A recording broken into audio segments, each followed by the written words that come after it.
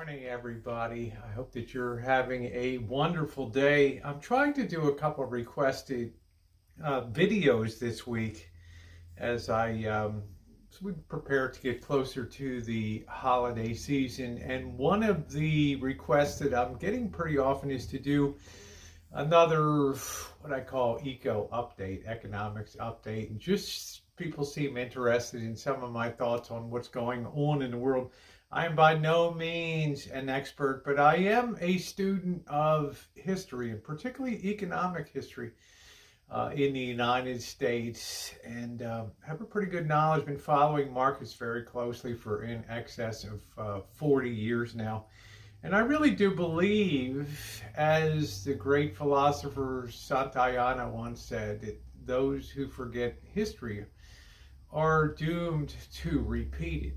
And although he didn't quite understand the reason why, in my opinion, is because generational forgetfulness takes place. You can tell people how bad it was to live through an era. You can tell people don't do something because this is what happened to us. But when that particular time comes, people will always think that they have a better idea because human nature never changes. And because it never changes, people will go ahead and give it the old college try and often have the same poor result, okay? Because history has no collective memory in individuals. It's not passed down through the genes, right? So we forget. Recently, inflation's been reported to be ripping along about 6%, a rate we've not seen in over 30 years. And in some sectors of the economy, let's face it, 10, 15, 20% inflation. We're seeing things disappear off the shelves of supermarkets, just like in the 1970s when we had meat shortages and things disappeared. Now, it's an interesting time right now because on the one hand, coming out of the pandemic, you've had the United States Federal Reserve, the United States Treasury buying up debt like crazy. And the Treasury and the Fed is buying what's issued by the Treasury in terms of bonds that they need to borrow money. And the Fed's buying all that stuff. Okay, massive quantities, hundreds of billions of dollars of that stuff a month, right? At its peak. Now you've reached a point where you have the 10-year United States government bond yielding about 1.54%, and yet inflation is ripping along at 6 to 10%. Now, who in their right mind is going to lend money for 10 years if they have it in the idea, if they have the idea in their head that every year they're going to be losing purchasing power by holding that bond? Their purchasing power, money's going to be eroded away by inflation. It's a bad deal. And yet we see that that 10-year rate can't adjust in the market. It can't come up to offset that inflation. It should be somewhere around 7-8% right now. So how is it being held down? Because, well, the government is buying bonds to keep that rate down, and they have what's called a tiger by the tail right now. It's not a question if, but when they decelerate those purchases and let off the gas pedal of buying, which they eventually must do, or right, we're just printing and buying our own debt. It's just lunacy, right? And we're just pushing inflation higher. Sooner or later, the piper must be paid. And the foot must come off of the gas pedal, and interest rates must be allowed to naturally rise to offset that inflationary impact. And therein lies the big problem. Janet Yellen, the Treasury Secretary, and Jerome Powell, the United States Federal Reserve Chairman, they understand that if interest rates start to rise, we have an economy that's very delicately balanced. You may not think so, but it's very easy to push people out of the housing market, the auto purchasing market. If interest rates were allowed to go up to their natural level, 6, 7, 8% to offset inflation, buying a house, 8% mortgage, 10% mortgage. Well, we had them in the 1970s. 13, 14, 15, 16% mortgages, yes, believe it or not. So that's what I mean by we have a tiger by the tail, because sooner or later they're going to have to stop doing what they're doing. They're going to have to let interest rates start to seek their level, because let's say, who's the big buyer of our bonds now besides our own government? Countries like China, countries like Japan, and they're thinking, wow, inflation's ripping along at 6 to 10%. And they want to give me, 1.5% on my bond? That's a non-starter. So you can imagine, like, the pullback of purchasing interest overseas it's got to be dramatic, right? So that's the tiger by the people aren't stupid. All right, they're not going to lose money every year just to be a pal. You're right, to the United States. We like you. We're just gonna give you our money, right? We love you. So there's one aspect. Now the other aspect of that is that we have the political overlay.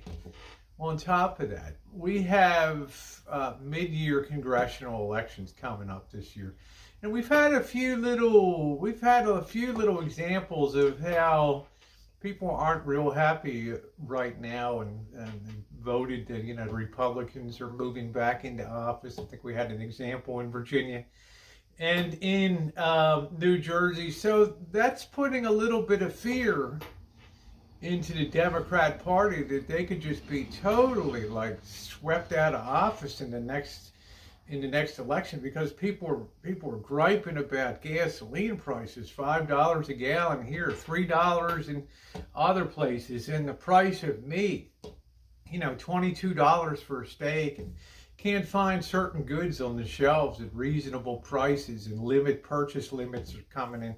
People aren't used to this stuff and are not happy. And you know where they traditionally and always take it out on somebody? They take it out on the politicians when it comes to election time. Now, Biden has his advisors coming in every day, and they're saying, Mr. President, we got to do something here, because we're gonna lose Congress, man, and you're just gonna be basically a lame duck president here with virtually zero power except executive power. We need to turn this baby around, and we need to right this ship fast. Okay, forget about the holidays. Dash the holidays, man. We got to get down to business. I suspect what they're going to do is I think they're probably under pressure from some people that have no inkling about history to institute price controls on things. In other words, how much you can charge for something, because demand is so high that, it's got to be those manufacturers and importers, those farmers, those ranchers, right, those egg farmers and stuff, those greedy mofos, they're charging too much for stuff now. We need to put a cap on this. Right? We need to institute price controls. Well, you can say to yourself, who the hell would ever do that? What government has the right to do that? Well, in wartime, it's been done. In the Second World War, we had the Office of Price Administration, which set prices for things and also was in charge of rationing and things like that. That made sense during the war. So you didn't have profiteering and things. We needed to come together collectively and fight for the common good. So people may have grumbled, but they went along. Then in the Korean War, we had all the post-inflationary surge after the Korean War. And the Truman administration had the Office of Price Stabilization that came in and started to set prices on things that didn't purchase, that buy, and all that. And it was supposed to be short term, but the inflation came in anyway. The piper will be paid. There's no circumventing inflation. It's just the natural free market, the free hands of an economy, adjusting to some unnatural outside force, i.e. government spending gone wild. It's just trying to take that into account and neutralize and even things up again, right? Like baking soda and vinegar.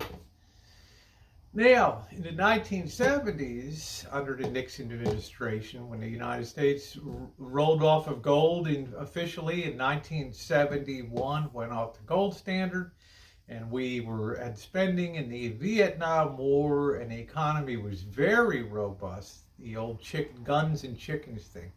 We can have both the war machine and the civilian economy. Well, we couldn't really have that.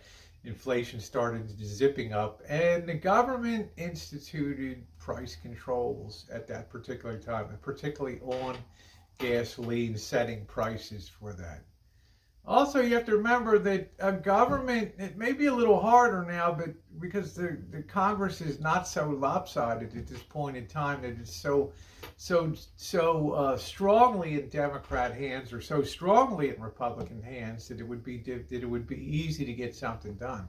But back in the 1930s, as a result of cutthroat competition, what the government thought was a cutthroat competition during the Depression, the government decided, hey, we're going to just mandate price levels, work hours, and things like that, so that everybody in the industry is equal.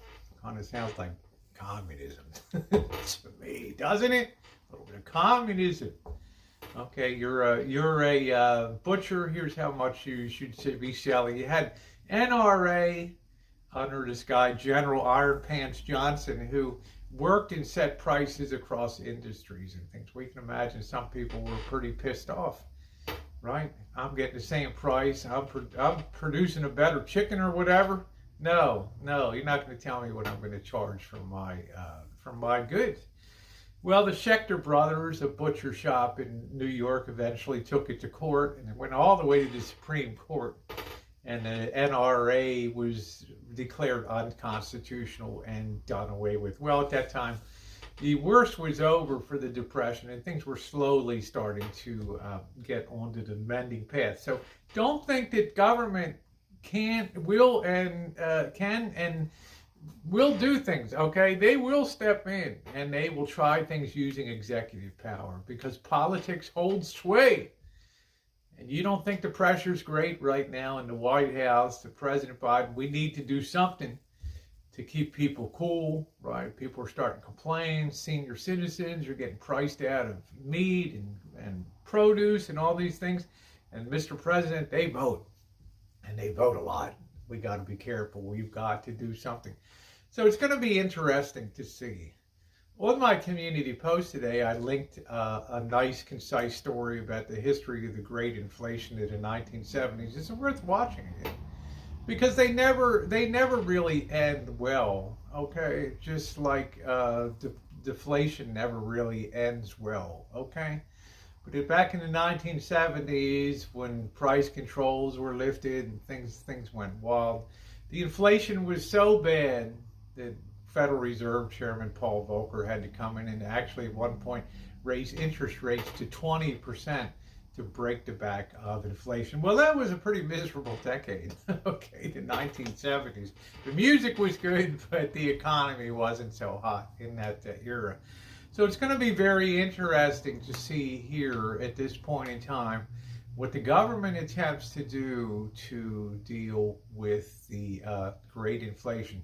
Stay tuned. If I had, long-term bond holdings and things like that, and I had the sense that the government was in my corner right now and holding down, interest rates so they don't get chewed up and destroyed if rates rise, I might be tempted to lighten up a little bit on my bond portfolio and get the hell out of the way of this freight train that is no doubt barreling down the track. It's going to be a very interesting 2022.